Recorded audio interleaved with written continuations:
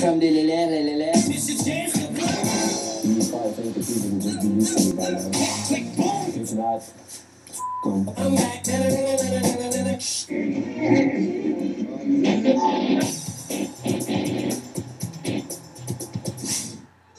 April 11th, 2006, the CCC Club, East 8 Mile Road, Detroit, Michigan.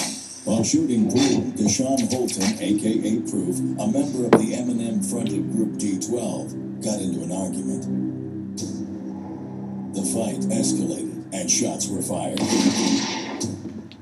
When police arrived just after 5 a.m., the Detroit nightclub had been cleared out, and Proof, shot once in the head and twice in the chest, lay dead. And at that moment, it just seemed like my world was ending. And, you know, I took it hard. You know, I took it pretty hard. Hard was an understatement. Already in self-exile since late 2005 and teetering on the edge of a major substance abuse problem, the news of Proof's death plummeted Eminem into a full-on drug addiction, the depths of which he'd never seen. Hi, my name is. From 1999 to 2005, the face of hip-hop had changed from black to white. It had blonde hair and blue eyes, and it had completely penetrated the American suburbs. I'm only throwing back at people what people have thrown at me all my life. All I've done is take, you know what I mean? And now I'm gonna start dishing it out. The loudmouth from Detroit with the acid tongue had become hot property. Here I am.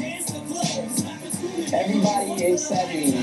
He'd finally achieved chart-topping success, and his rags to riches story, combined with a willingness to speak his mind, had made him a media darling. But Eminem's whirlwind journey from high school dropout to iconic pop star had been far from routine. There were nightmare periods in his life filled with suicide, violence, and drugs. If there wasn't shit going on like this in my personal life, then I don't think my music would come out like it comes out. Ironically enough, Eminem's musical success is indebted to his first drug overdose in late 1996. But Eminem's on drugs. While in a coma, M had a creative breakthrough, the discovery of Slim Shady. Slim Shady, hotter than a set of twin babies.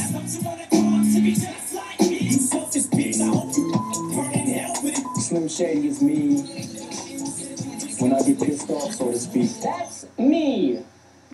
Slim Shady. I'm Slim Shady, yes, I'm the real Shady. All you other Slim Shadys are just... The Slim Shady character was a therapeutic outlet for M's rage and aggression. My mama's on your lips, my mama's on your lips. And if I'm lucky, you might just give it a little kiss. Slim's uninhibited big mouth not only revolutionized M's music, but the face of the music industry as well. You see somebody on the road, you're driving, you see somebody on the road, and they cut you off.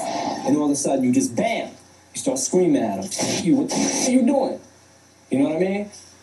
That's Slim Shady. This girl's only 15 years old. How could you take advantage of her? Just cut these lights out. That's how. Slim Shady was pure, belligerent genius. Eminem was quickly crowned the king of controversy.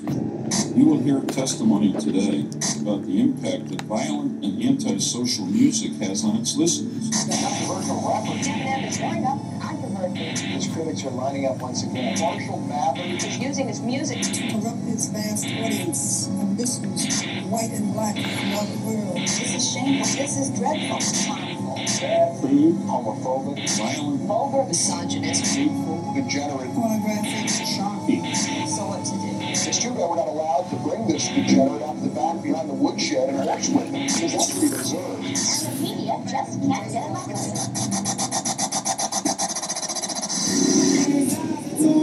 If I offend you, you know, I'm not apologizing for it. If you get offended, then that's life. Yes, who's back again. By 2003, Slim Shady had transitioned from obscurity to infamy quite well. But the fallout was taking its toll on Eminem. It's hard to go from being nobody into somebody.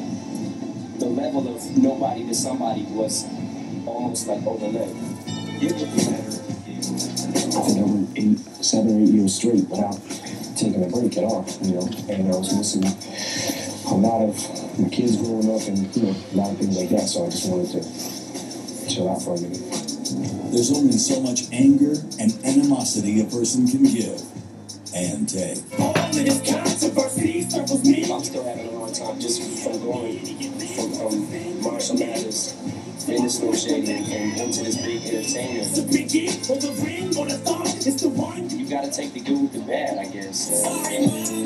There's no question Eminem's life has been full of pain and suffering. But when you add to that countless years of relentless rage and aggression, he was like a candle burning at both ends.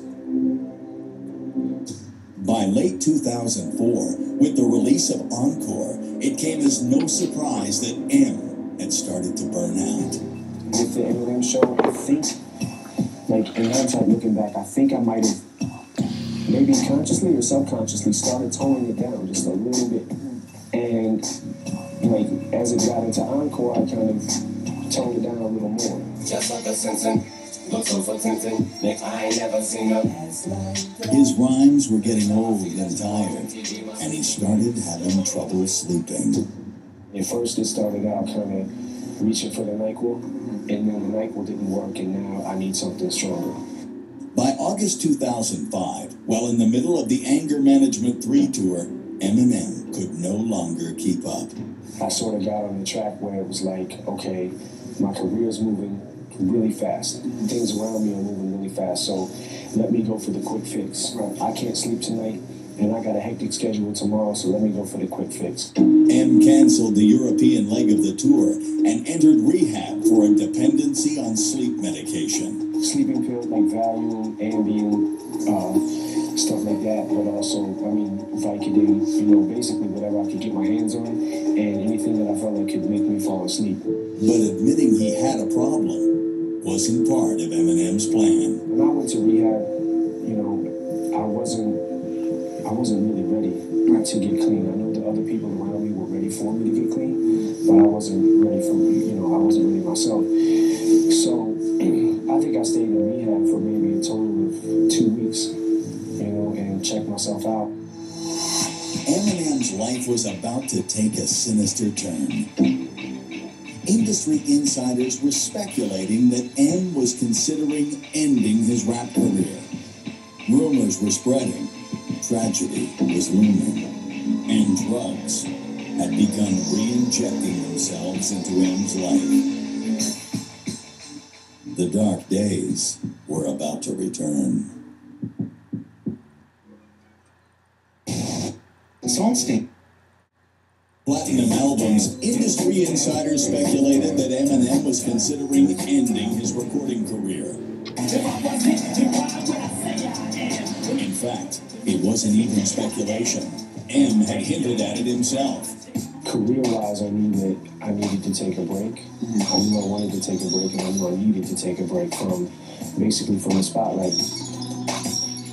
At that point in time, I don't think I knew exactly what I wanted to do. I mean, there was a lot of things that were going on, and I think at that time my world was kind of just like spiraling. After going non-stop for 8 years, M suddenly found himself overwhelmed and confused about his future. I think there were times that I felt like I don't want to, like, I don't know, almost fed up with everything. Like, I don't want to be that guy anymore. Like, is it worth it? You know, is it worth all the you know, the harassment or whatever, like the word I'm looking for? Is it worth all the bullshit? So in late 2005, M decided to move behind the mixing board. I started, like, you know, playing around with producing records a lot more, and almost, it kind of, not sidetracked, but just like, all right, this is what I'm into now. Like, I want to help produce artists in my label and, you know, kind of work on that for a little bit. While the producer move allowed Eminem to duck the spotlight, It also provided the perfect place to hide his pill popping, which by early 2006 had turned into a full-blown addiction. You start taking those things and it gets in your system and you build up a tolerance. You need more and more and more. When I stumbled on the Valium, it was like, okay, I think this is my drug of choice. But Eminem's refusal to admit he had a drug problem was the major contributor to his career confusion. I think I was convinced at that time, like, I'm not an addict. You know, I even had trouble, like, saying it in group meetings and shit like that. Like, I'm not an addict. This is, you know, something I can fix. This is a sleep problem. I'm going to go to a sleep clinic. I'm going to see, you know, if I can fix this problem. But the problem was about to get worse. April 2006, when the news hit that his best friend and right-hand hype man Proof had been shot and killed, Eminem was devastated. At that moment, it just seemed like my world was ending. You know, that whole time period was the darkest place that I ever went into in my life, you know. And, you know, I took it hard, you know, I took it pretty hard.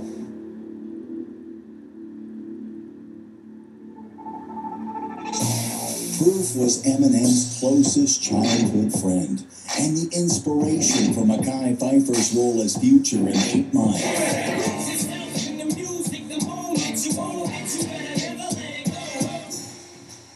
Me and Proof been best friends since I was like 13. We've been friends for a long time. Much like Eminem's Uncle Ronnie, Proof had stood by him in his early days of hip-hop. He'd helped and encouraged Eminem to craft his biting rhymes and supported him fully. Proof was an MC, you know, in Detroit that had a lot of recognition, and I used to use Proof as my credibility.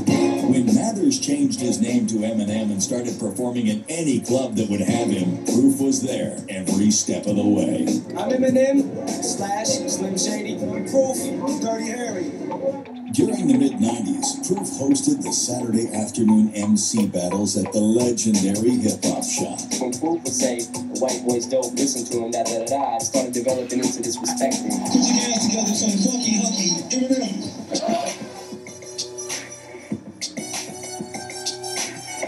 While booed off stage at first, Eminem never gave up. Armed with both his Uncle Ronnie and Proof's support, M's determination and raw talent finally won the crowd over.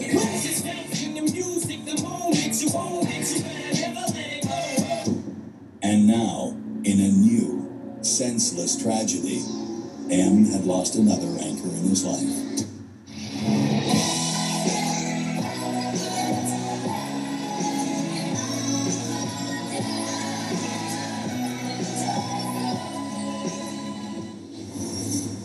When that happened, between the pills I was taking, you know, which are pretty much all mood suppressants, you know what I mean, and that happened, and that's kind of like when I started like really spiraling. And much like he'd done back in 1996, M gave up. I had a drug problem already. I had an addiction that I was dealing with already. When that happened, I think it was kind of the thing went off in my head, just like, you know, I might as well take more. You know what I mean? Like, maybe this will help me get through. M went into drug-laden exile. He retreated to his basement theater, ate junk food, and watched the same movies obsessively. He watched the Rocky movies, Shooter and Boogie Nights, over 150 times each. But first, are you experienced? The fast-living rock and roll story we all heard before now included its newest member, Eminem. Not necessarily stone. The less drugs that people do, the more drugs there are for me. He'd entered into the drug-hazed Confusion Hall of Fame with the likes of the recently departed Lane Staley and ODB, as well as the classics like